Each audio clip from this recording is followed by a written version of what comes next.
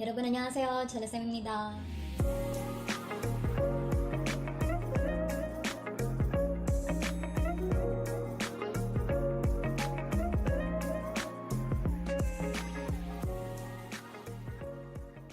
Welcome back to 50 Lessons with Chela Sem. And dahil ang galing-galing ko, di ba?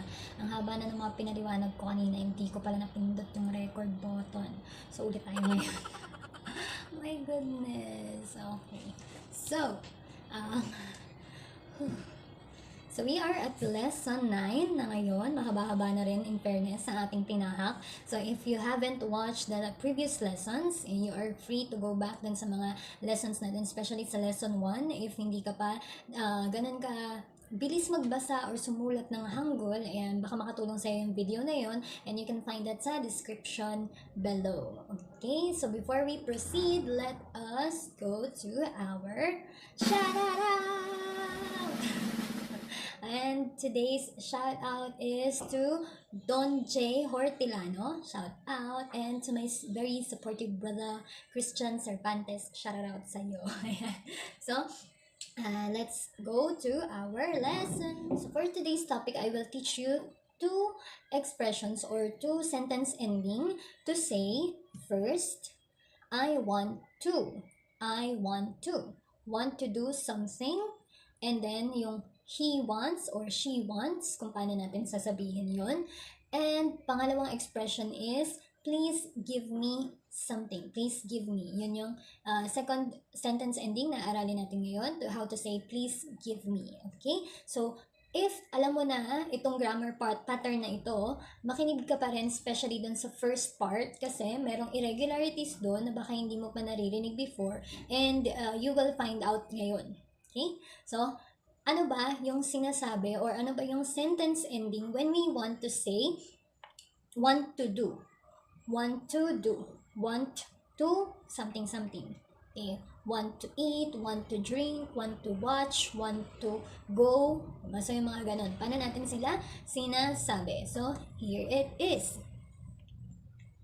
Okay, want to, ito ang kanyang sentence ending. This is go shipta, go shipta, goshipta. So this is the base form, goshipta. So ang kanyang present tense is goshipoyo, goshipoyo. So to make the sentence, the pattern will be verb stem plus goshipta, verb stem plus goshipta, present tense goshipoyo. Okay, goshipoyo. So let's have an example. First, let's use the verb mokta, to eat. So, di ba, mokta, verb mokta, yan ang kanyang dictionary form, mokta. And then, yung kanyang verb stem ay mok. So, mok plus ko shipoyo, ko shipta. Yeah. So, now we have mok ko shipta, present tense, mok ko shipoyo. Mokoshipoyo. Mokoshipoyo means I want to eat. I want to eat. So, pwede mo rin sabihin, ramyun mokoshipoyo. I want to eat ramyun. Yeah, what do you want to eat? Kimchi mokoshipoyo. I want to eat kimchi. Yan. So, pwede mong gamitin itong word na ito. Mokta plus ko shipoyo. Mokoshipoyo. Okay? And second, pwede natin gamitin yung kada. Kada means to go. So, kukunin na natin yung verb stem. Paano ba natin kinukuha yung verb stem? By the way, remove the ta. Kasi yan yung kanyang pang base form, diba? So, ka plus ko shipoyo. You now have kago shipoyo. Dito nagmumura. Kago shipoyo. Ko shipoyo. Yan. Kago shipoyo. And it means I want to go. I want to go. Like, for example, 한국에 가고 싶어요. I want to go to Korea. So, 여러분, 한국에 가고 싶어요? So, 가고 싶어요. I want to go. Third, we have 보다. 보다. So this verb means to see. Okay? So verb stem 보 plus 고 싶어요. 고 plus 고 싶어요. You have 보고 싶어요. 보고 싶어요. So 보고 싶어요 could mean I want to see, I want to look, I want to watch, but meron din siyang isa pang meaning. And that meaning is I miss you. Okay, so when you miss someone, you can say 보고 싶어요. 보고 싶다. Di ba? May mga ganyang kanta. 보고 싶다, 보고 싶다.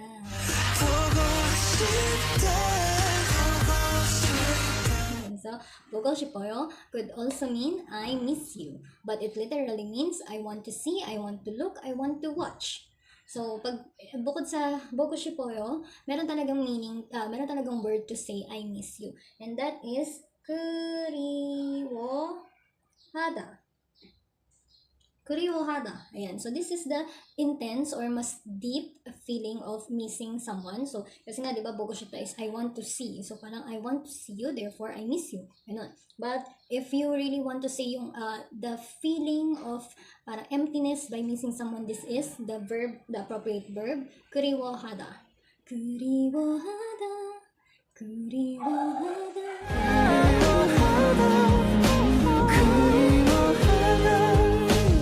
Lahat pala ng sentence, ganun pa.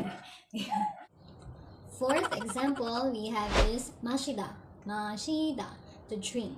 So, if you want to say, I want to drink water. So, verb stem, 마시, 마시. 마시 plus 고 싶어요. So, you now have 마시고 싶어요. 마시고 싶어요. So, 마시고 싶어요 means I want to drink. Okay? 물 마시고 싶어요. 물을 마시고 싶어요. I want to drink water. Para nagkakaliwanagan lang tayo. And, by the way guys, alam niyo in Korea, instead of using mashida, sometimes they also use mokko or mokta to say, like to drink. Like, anything na ini-insert mo sa iyong katawan galing sa iyong bibig, they call it mokta, but to eat. Like, for example, if you say, you drink mekju, bekju, sul, may mga yon, they sometimes use, you can also hear them, mokta, ang sinasabi, mogoyo, instead of mashida. So, baka ma-weirdan ka, ha? Bakit iniinom yun? Bakit ang verb na ginamit nila is to eat? So, they also do that. They accept that kind of sentence, yun. So, ganun yung ginagawa nila. Like, for example, gamot, di ba? Sa atin, di ba, pag sinabing gamot, uminom ka na ba? Iniinom mo yung gamot, di ba? So, medicine is yak. Tapos, if you want to say, did you drink your medicine? Instead of saying, 약을 마셨어요? You can hear them say, 약을 먹었어요? Did you eat the medicine? Parang ganun yung concept niya. But it is acceptable. Next example is shida. Shida. This is not suida. Ang basa sa kanya ay shida. So, shida is to rest. If you want to say, I want to rest, you can just use shi, okay? Plus 고 싶어요. So, you now have 쉬고 싶어요. I want to rest. 나도 쉬고 싶어요. And now let's look at those conjugated forms sa sentence. So how do we use them in a sentence? So we have 4 examples here. First, 이 가방은 사고 싶어요. 이 가방은 사고 싶어요. 가방은 사고 싶어요. So the verb there is from 사다 to buy. So ang meaning niya, 이 가방은, this bag. 사고 싶어요. I want to buy this bag. 비싼가 봐요? And then number 2, 이거 뭐예요? 이거 먹고 싶어요. 이거 뭐예요? 이거 먹고 싶어요. What is this? I want to eat this. Kasi 먹고 싶어요. Diba? Hindi niya alam pero gusto niya kainin. So, 이거 먹고 싶어요. 이거 뭐예요? 이거 먹고 싶어요. So the verb there, 먹다, to eat. 먹고 싶어, 먹고 싶어요. I want to eat.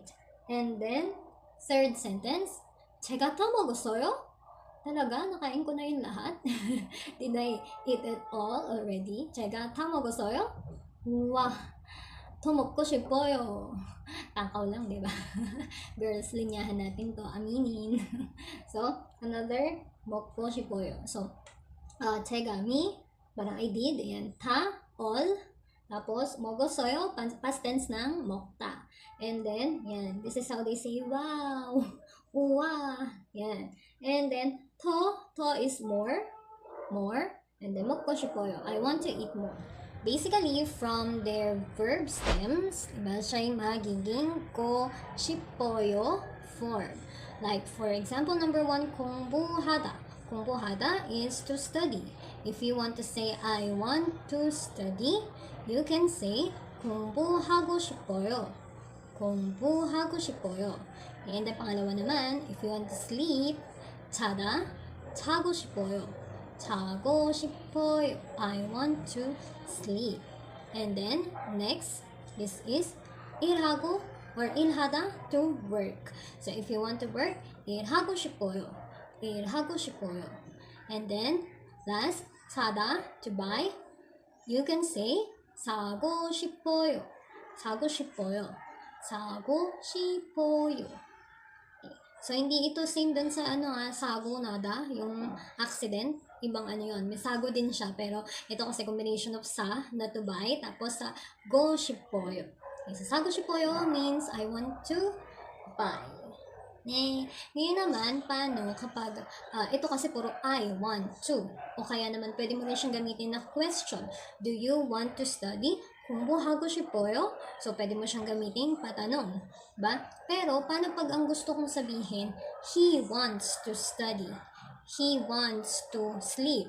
She wants to work. So, magagamit ko pa rin ba yung ko 싶어요 here? The answer is no.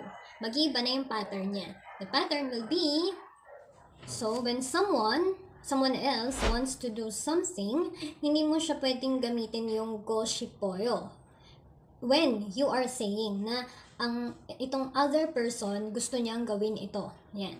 So, the pattern will be verb stem plus go 싶어 하다. go 싶어 하다. Kanina, go 싶다. Now, go 싶어 하다. Wants to do it. So, someone else, diba, wants to do it. So, let's look at the difference. Ito yung una. First, yung una dito is I want to do it. So, since ako yung nagsasabi na gusto kong gawin yung isang bagay, I can say, 저는 하고 싶어요. 저는 하고 싶어요. Pero, kung ikukwento ko na yung gustong gawin ng ibang bagay, ng ibang tao, I can say, like for example, he wants to do it. So, instead of 그는 하고 싶어요, I should say, 그는 하고 싶어 해요. 하고 싶어 해요. Okay, so halimbawa, pinag-uusapan ko is yung ibang tao. Ba yung taong yon? He wants to do it. 그는 하고 싶어요. Gusto niyang gawin ito. Pero pag siya na yung nagsabi, yung tao na tinutukoy ko, 그는 하고 싶어요. Itong he na ito, pag siya na yung nagsabi, babalik tayo sa go 싶어요.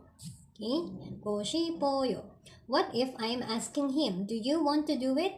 Are you going to do it? So, I can say, 하고 싶어요. 하고 싶어요. So, basically, yung go 싶다 or go 싶어요 form, pwede ko siyang gamitin if I am saying, I like it, I like to do it, I want to do something, or if I will ask someone kung gustong gawin ito. Pero, hindi ko pwedeng gamitin ang go 싶어요 or go 싶다 kung ang sinasabi ko is yung ibang tao gustong gawin itong bagay na ito. So, he wants to do it. I could only say, 그는 하고 싶어 해요. 그는 하고 싶어 해요. For another example, si mother, si mama, ayan, wants to buy something. So, I can say, 엄마는 사고 싶어 해요.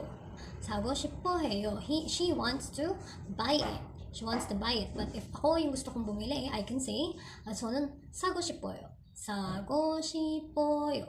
So, see the difference between sago shipta, the difference between ko shipta and then ko shipohada. Ko shipta, ko shipohada. So, if it's about you liking or wanting to do something, you use ko shipoyo. But if it's about other person, sinasabi mo kung anong gusto niyang gawin, you should say ko shipoheyo or ko shipohada. Because it's about them, not they want to do it.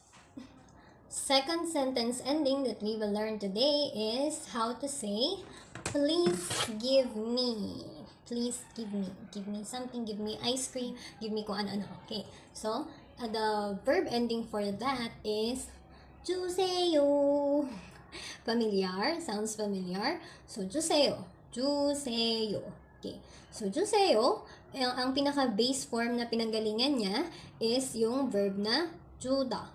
주다 means to give. To give. Okay? 주다, to give. And then, seyo, here, yung seyo, it is a form na ginagamit kapag you are asking for a favor or if you want to request to do something. So, para maging ano siya, tunog polite siya. So, 주세요, ginagamit mo lang ito kapag pag polite yung situation or polite sentence yung conversation ninyo. Like for example, sa ajuma, sa isang 포장마차. Ayan, 포장마차. So, pwedeng dun mo yan gamitin. And then, pag bumibili ka, pwede rin ito, 주세요, please give me that one. Ayan. Or 주세요 then if you're asking favor sa someone na mas matanda sa'yo or mas high sa'yo ng position. Okay, so 주세요. So, it comes from the verb 주다, to give. Examples ng 주세요 here.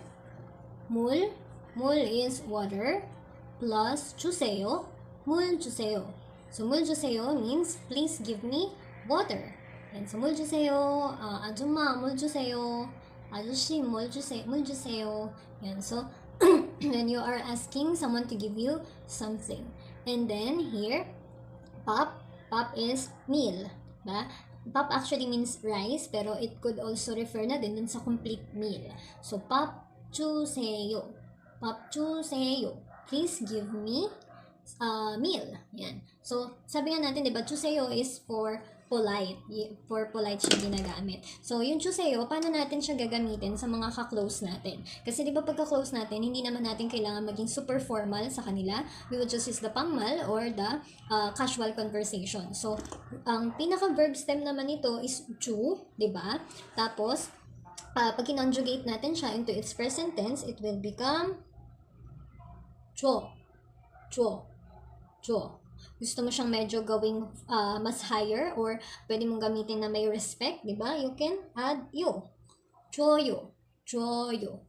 Give me. It's just that yung seyo, dun sa 주세요, yan yung nagpaano sa kanya. Parang mas nagbigay sa kanya ng mas respeto dun sa sinasabi mo. So, 줘요. So, itong bap na ito, madalas mo yung maririnig sa before kasi, di ba nagturo ako sa Korean Academy, mga students namin, mga Korean na mga bata to adults, ngayon. So, pag lunchtime, maririnig mo yung mga bata, they are saying to their moms, 엄마, 밥 줘, 빨리, 난 배고파, 밥 줘.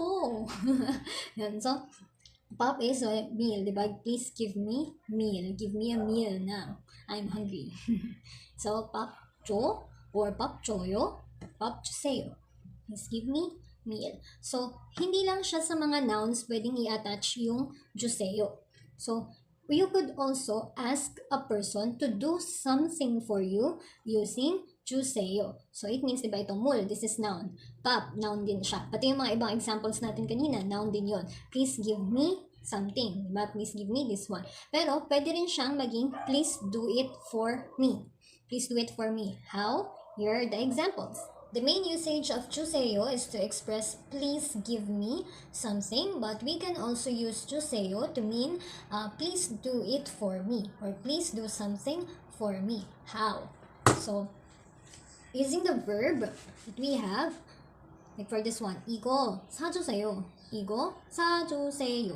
So, ang verb na ang naka-attach sa juseo is verb instead of noun. So, pag verb yung naka-attach sa kanya, it means you are asking to do this verb. So, ano ba yung verb natin dito?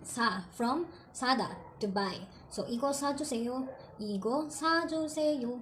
Yan, so please buy it for me. Pwede yun yung term niya. Please buy this one. So, please do it for me. So, igo sajuseyo. Pag ka-close mo, hindi mo kailangan maging formal sa kanya. Pag pamal, you can say, igo sajo, pap sajo, igo sajo. Okay, please buy me. Okay, and then, here, marejuseyo. So, madalas mo tong maririnig kapag meron kang gustong malaman, tapos ayaw sabihin sa'yo. Diba? Marejuseyo. Marejuseyo. Please tell me. So, He here is from marhada, which means to speak or to tell, di ba? So, marhe juseyo. Marhe, so kinonjugate muna natin sa present tense, yung marhada. Yan. So, marhe, tapos hindi mo na kailangan ng yo dyan. Marhe, yo, juseyo. Hindi na kailangan doon. Marhe lang, tapos juseyo. Marhe juseyo. Marhe juseyo. Please tell me. Marhe jo. Sila naman kapag casual lang. Kapag sa ka-close mo. Marhe juseyo. Marhe jo. So, dahil marunong ka nang gumamit ng please give me, juseyo, yan, pwede ka nang mag-ask ng favor sa ibang tao. Like, for example, ano pa ba yung mga sentences na pwede natin gamitin? Oppa, ice cream juseyo. Ice cream juseyo. Please buy me or give me ice cream. What else? 돈이 주세요. 돈 주세요. 돈 주세요. Don't money. What else? 제가 좋아하는 음료는 커피예요. 커피. 커피 주세요. 스타벅스로 커피 주세요. 커피 주세요. What else? Ayan. So, nandun na rin tayo sa coffee juseyo. Pwede mo nang gamitin yung una nating pinag-aralan kanina. For example, you can make sentences like, 저는 커피를 마시고 싶어요. 커피를 마시고 싶어요. I want to drink coffee. 그래서 커피 사주세요. 커피 사주세요. Please buy me a cup of coffee.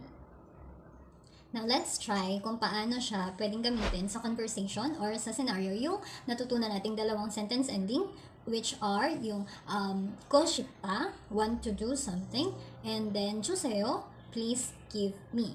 So, for example, lights, camera, action. 오빠, 난 고기를 먹고 싶어요.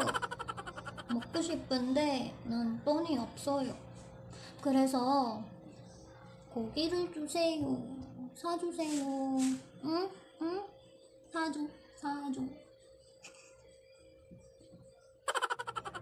Okay pa kayo? So, that's for our lesson for today. Wala na rin akong boses. No, kalokohan pinagagagawa ko. Ayan, so, if you've learned a lot, sana may natutunan ka instead na nairita ka sa nagpakyok na nakita mo. Ayan, so if you learned a lot, please subscribe to this channel and then hit mo na rin yung notification bell so that you are updated kung meron tayong mga bagong lessons. We have new lessons every Monday and Thursday at 10 o'clock p.m. Okay, so that's all for today, guys. 여러분 안녕히 가세요. Bye bye. 꼭 보세요.